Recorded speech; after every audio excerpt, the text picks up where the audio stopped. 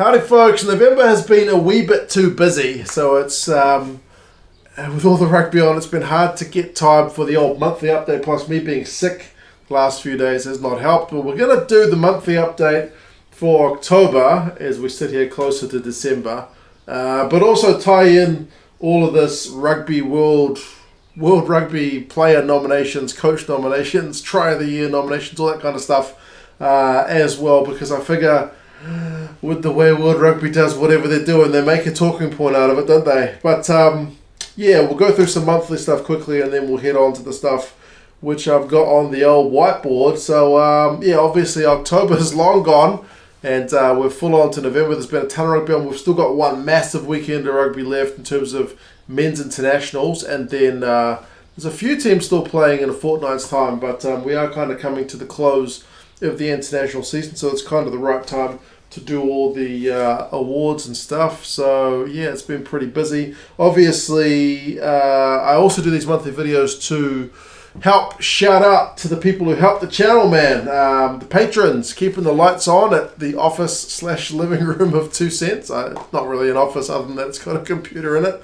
But yeah, Angus, Jack McHugh and Michael Daly are big time supporters of the channel. Likewise, we've had some new patrons last month. There's Jane, Paul, Jeremy, Scott and Peter. So if you guys want to join any of this illustrious company in supporting the 2 cents channel, yeah, link down in the description, folks. It's all much appreciated. We put a little bit extra stuff on the Patreon, like I did a walk around with my camera of the Women's World Cup game out my way, and talked a little about that Anzac 15 that was supposed to play the British and Irish Lions, that idea that was bandied about. Just a few extra vids, basically. Go up on the old Patreon in case you are keen. But yeah, cheers to these people. It'd be hard to do what I do without them doing what they're doing, so thank you very much. What else was I going to say? The Player of the Year awards, man, they're weird.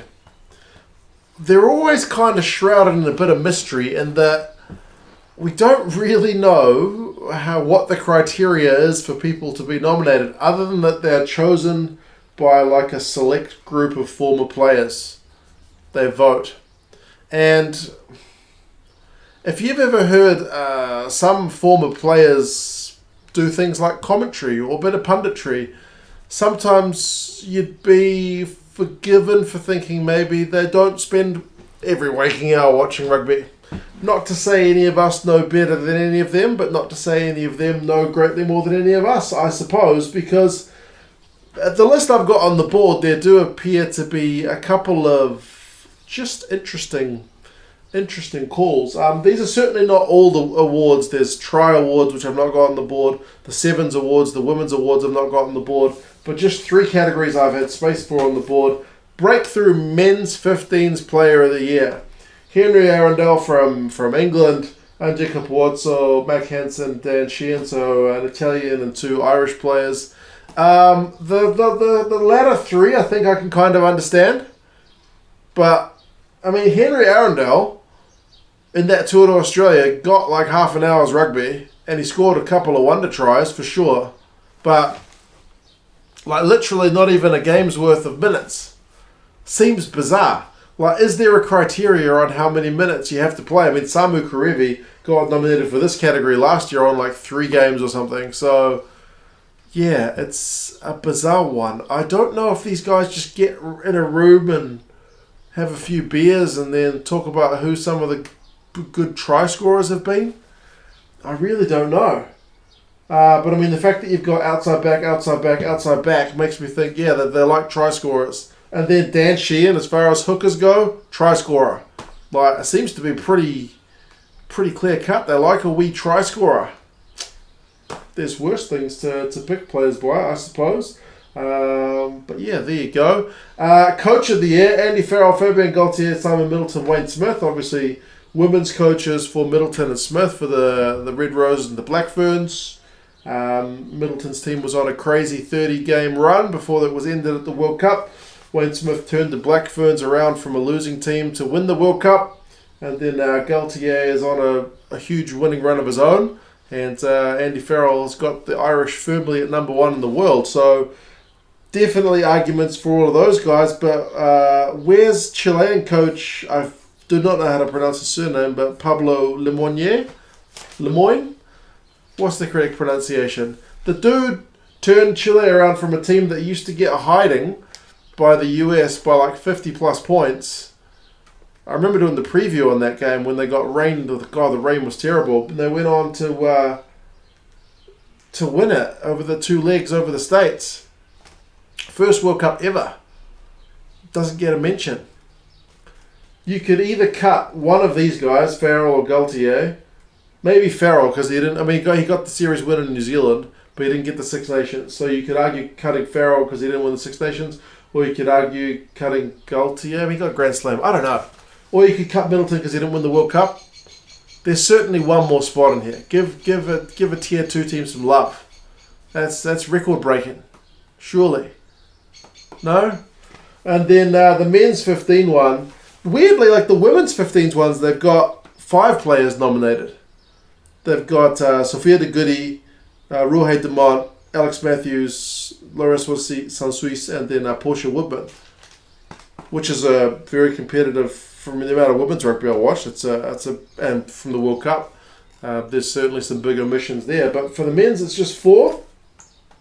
Lukhanyo Antoine Dupont, Johnny Sexton, Josh van der Fleer. So 2 Irish, 1 French, and 1 South African. But again, it just begs the question. I mean, Lukhanyo's been out for a while. I think he played 5 games, and he played bloody well. But what's the criteria? Do you have to play 5 games minimum? Is it 6? I don't think so, because as I said, Karevi got nominated on fewer games than what Lukhanyo's got, for sure. But, yeah, I don't really get it. I wish we had a framework to follow, just like, the red card framework. Let me know how you're making your decisions. Where's the logic that goes into this? But I mean, yeah, Lukhanyo has been phenomenal. I'm not sure Dupont is up to the same level as last year. I would have thought if I was going to go with a Frenchman, I don't know, maybe Aldric. Supposedly they don't take club form into consideration. Supposedly. I don't think that's ever been written down anywhere, but I swear I've heard that before. So, yeah.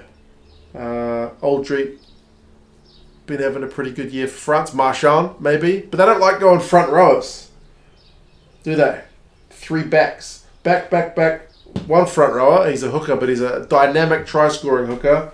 Back. Loose forward. Yeah. They never nominate props, ever. Like, even in, was it 2018, when Tyg Furlong was just one of the best players in the world to never get a nomination. So, yeah. Johnny Sexton has been given a fair bit of grief on social media, but I think Ireland don't have the year they've had without him at the helm. I mean, if your team was playing Ireland right now, would you rather it be the Carberry Island or the Sexton Island? Answer honestly. Yeah. Josh van der Fleer has been phenomenal all year. Absolutely, genuinely quite phenomenal. But where's the 5th spot? Chuck me an Adi Savia. Even when the All Blacks were rubbish, that guy was still good. Please. Eben Etzebeth's another one that's been touted as maybe having had a pretty decent year. So yeah, it's a little bit perplexing at times. Just how they make the decisions, I don't really understand. But I guess if it's just a bit of an old boys club, nink, what, wink, nudge, not nink.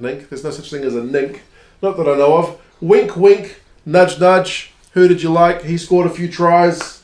Yeah, maybe that's how they get it done. I don't really get it, folks, but that's the list. I mean, you could do worse, but I think you could genuinely do a bit better. So, yeah, that's it. What do you guys reckon? Who would you be picking if you're picking from this lot? Thanks again to the patrons for supporting the channel. Apologies for the delay in getting this video up, but as I said, November is pretty crazy. My voice is still recovering, as you can probably hear, but certainly better than it was yesterday. Anyway, you guys will take care of yourselves, and I'll talk to you soon. See you later.